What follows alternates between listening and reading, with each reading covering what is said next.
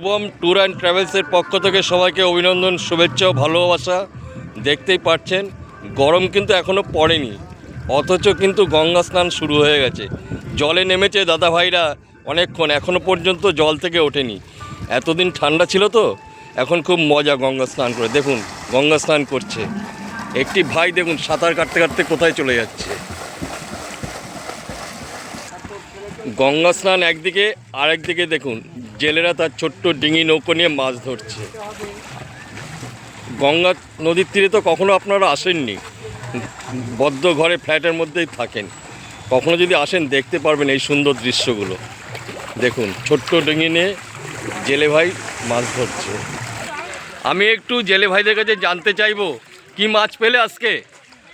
কাকা কি মাছ পেলে? একটা ইলিশ পেয়েছো? বাঘ, তোমরা প্রতিদিনই এরকম জাল ফেলো? আচ্ছা আচ্ছা, প্রত্যেক দিন কখন ফেলো জালটা? জাল ফেলি। আচ্ছা আচ্ছা, ঠিক আছে, আমি আশা করব তোমরা আরও মাছ পাও। ঠিক আছে, ভালো থেকো। এই দেখো দাদাভাই বললো ইলিশ মাছ পেয়েছে, এই দেখো জ্যান্ত ইলিশ, দেখেছো? আমি একটু হাতে নিয়ে দেখি।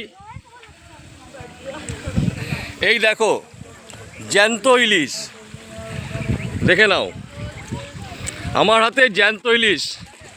ভাবা যায় না এটা জ্যান্ত ইলিশ মাছ, অবশ্য মরে গেল কিছুক্ষণ আগে। এই দেখো জ্যান্ত ইলিশ কিছুক্ষণ আগেই মারা গেল নদীর থেকে। ঠিক আছে, আবার দেখা হয়ে যাবে কোনো একদিন কোনো এক সময় ঠিক এরকমই গঙ্গা নদীর তীরে। এই দেখো জ্যান্ত ইলিশ।